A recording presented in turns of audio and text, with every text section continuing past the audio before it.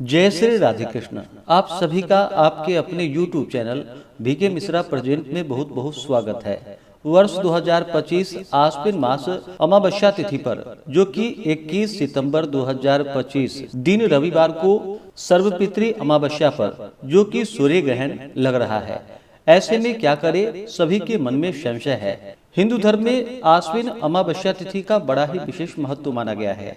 आश्विन अमावस्या को सर्वपितृ अमावस्या के नाम से जाना जाता है।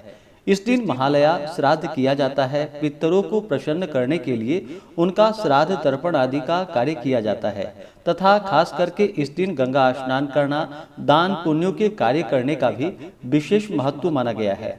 और इस दिन महालया श्राद्ध को स्वीकार कर पितृदेव अपने पितृलोक को वापस लौट जाते हैं और अपने वंशजों को अपना आशीर्वाद प्रदान करते हैं, जिससे कि घर में वंश वृद्धि होती है, घर में धन समृद्धि का आगमन होता है। लेकिन सर्वपितृ अमावस्या पर सूर्य ग्रहण लग रहा है, तो ऐसे में क्या किया जाए, तो आइए जानते हैं इन सबों के बारे में। आश्विन अमावस्या तिथि प्रारंभ समय जो कि 20 सितंबर 2025 दिन शनिवार रात्रि 12:19 और अमावस्या तिथि की जो समाप्ति है वह 21 सितंबर 2025 दिन रविवार रात्रि 1:25 पे अमावस्या तिथि की समाप्ति है। तो सूर्योदय व्यापनी के अनुसार और चंद्रोदय व्यापनी के अनुसार स्नान दान की अमावस्या और श्राद्ध तर्पण आदि की अमावस्या जो कि 21 सितंबर 2025 दिन रविवार को है और इस दिन सूर्य ग्रहण लग रहा है। यह सूर्य ग्रहण भारतीय मानक समय के अनुसार ग्रहण की शुरुआत, ग्रहण प्रारंभ जो कि रात्रि 10:59 पे है और ग्रहण का मध्य जो कि रात्रि 1:11 पे होगा और ग्रहण समाप्त जो कि 22 सितंबर की सुबह 3:23 पे होगा। जब भी सूर्य ग्रहण लगता है तो 12 घंटा पहले ही सूतक काल लग जाता है। तो ऐसे में सूतक काल शुरू जो कि 21 सितंबर की सुबह 10:59 से सूतक काल शुरू हो जाएगा। यह ग्रहण खास करके न्यूजीलैंड, पूर्वी मेलानेशिया, दक्षिणी पोलिनेशिया तथा पश्चिमी अंटार्कटिका वाले क्षेत्र में दिखाई देगा। यह ग्रहण भारत में दिखाई नहीं देगा, भारत में इसका दृश्य नहीं होगा। इस कारण से चिंता करने की कोई बात नहीं है। भारत में सभी प्रकार के दैनिक शुभ कार्य, पितरों का श्राद्ध तर्पण आदि का सभी कार्य किए जाएंगे, तो इसमें घबराने वाली कोई बात नहीं है। यह ग्रहण भारत में दृश्यमान नहीं होगा, इस कारण से यहाँ पर इसका सूतक काल भी मान्य नहीं होगा। तो इस दिन अच्छे प्रकार से गंगा स्नान, दान पुण्यों का कार्य तथा पितरों का श्राद्ध तर्पण आदि का कार्य कर सकते हैं। लेकिन ग्रहण जब भी लगता है, जहाँ भी लगता है, तो मनुष्यों पर इसका प्रभाव अवश्य ही पड़ता है।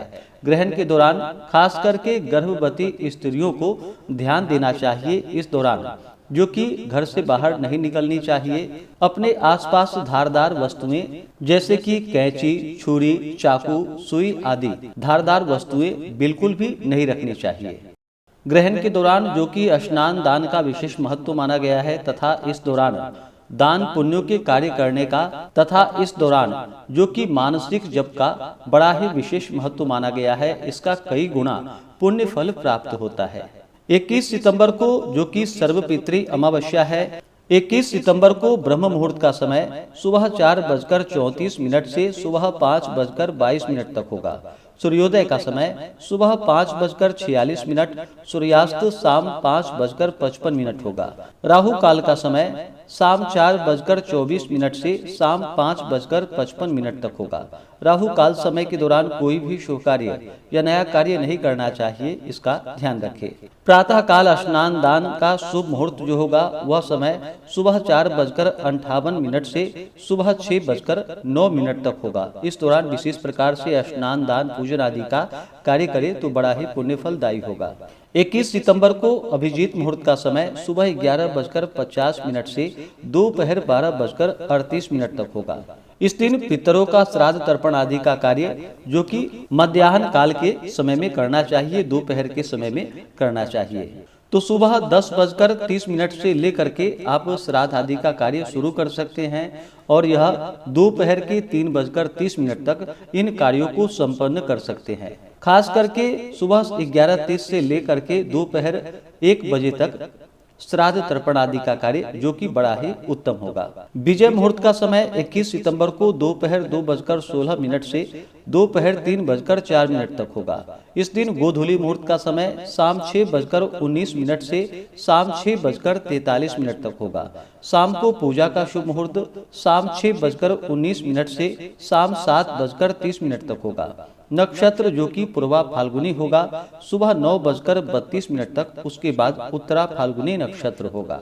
21 सितंबर को सर्वार्थ सिद्धि योग भी बन रहा है जो कि सुबह 9:32 से शुरू होकर के अगले दिन सुबह 6:09 तक सर्वार्थ सिद्धि योग रहेगा, जो कि इन योगों में दान पुण्यों के कार्य करने का, पूजन आदि के कार्य करने का या किसी भी प्रकार के कार्य करने का विशेष महत्व माना गया है। और अगले दिन जो कि 22 सितंबर से नवरात्रि आरंभ है, नवरात्रि का कार्य जो कि 22 सितंबर से शुरू किया जाएगा। अगर विशेष प्रकार से आप नवरात्रि के घट स्थापन शुभ मुहूर्त के बारे में जानकारियां प्राप्त करना चाहते हो तो उसका वीडियो चैनल पे अलग से अपलोड है या वीडियो के एंड स्क्रीन में वीडियो का लिंक दिया गया है। आप उसके माध्यम से नवरात्रि घट स्थापन शुभ मुहूर्त के बारे में जानकारियां को प्राप्त कर सकते हैं। सर्वपितृ अमावस्या तिथि के दिन जहां तक हो सके इस दिन गंगा नदी में तीर्थों आदि क्षेत्रों में जाकर के गंगा स्नान करे, दान पुण्यों का कार्य करे, साथ ही अपने पितरों की प्रसन्नता के लिए इस दिन श्राद्ध तर्पण आदि का कार्य करे तो बड़ा ही पुण्यफलदायी होता है। अमावस्या तिथि के दिन चंद्रमा दिखाई नहीं पड़ते हैं और चंद्रमा मन के कारक माने जाते हैं। इस कारण से इस दिन नकारात्मक शक्तियां ज्यादा प्रभावी होती है। तो अमावस्या तिथि पर जहां तक हो सके शुद्ध और सात्विकता का पालन करें। इस दिन तामसिक वस्तुओं का, नशीले पदार्थों का या अभक्ष भोज्य पदार्थों का बिल्कुल भी सेवन नहीं करना चाहिए।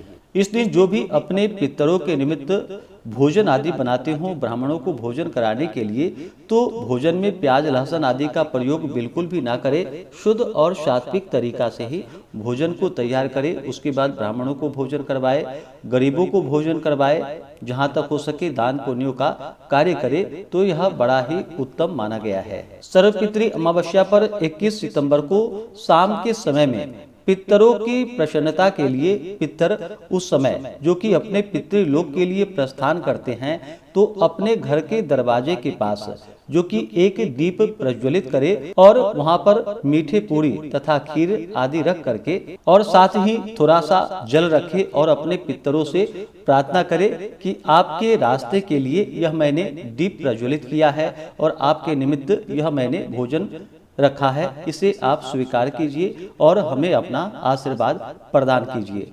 इस कारण से पितृदेव अपने रास्ते को प्रज्वलित देखकर बड़ा ही प्रसन्न होते हैं और तथा भोजन मिष्ठान को पाकर के वह अति प्रसन्न होते हैं और वंशजों को अपना आशीर्वाद रूपी अमृत प्रदान करते हैं, जिससे कि घर में सभी प्रकार की सुख और समृद्धि का आगमन होता है, वंश वृद्धि होती है, सभी प्रकार की मनोकामनाएं पूर्ण होती है।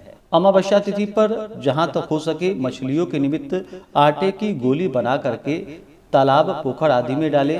गाय को इस दिन हरा चारा खिलाए, ब्राह्मणों को भोजन करवाए, गरीबों को भोजन करवाए, गरीबों को अपने सामर्थ्य के अनुसार अन्न वस्त्र जो भी आदि बन सके उन्हें अवश्य ही देनी चाहिए। ब्राह्मणों को दान दक्षिणा देनी चाहिए। इससे पितृदेवता का तथा इष्ट देवता का आशीर्वाद प्राप्त होता है। तो आशा करता हूँ कि यह जानकारी आपको अच्छा लगा हो। इसी प्रकार से ज्ञानवर्धक जानकारियाँ प्राप्त करते रहने के लिए, व्रत पूजा के बारे में जानने के लिए, कथा को सुनने के लिए चैनल पे अगर आप पहली बार आए हैं तो चैनल को लाल बटन दबा करके सब्सक्राइब करें, साथ में बेल आइकन घंटी को दबाएं ताकि आने वाली वीडियो का नोटिफिकेशन आपको समय से मिलता रहे। वीडियो को लाइक करें, शेयर करें। सुखी रहें और स्वस्थ रहें। जय श्री राधे कृष्ण। धन्यवाद।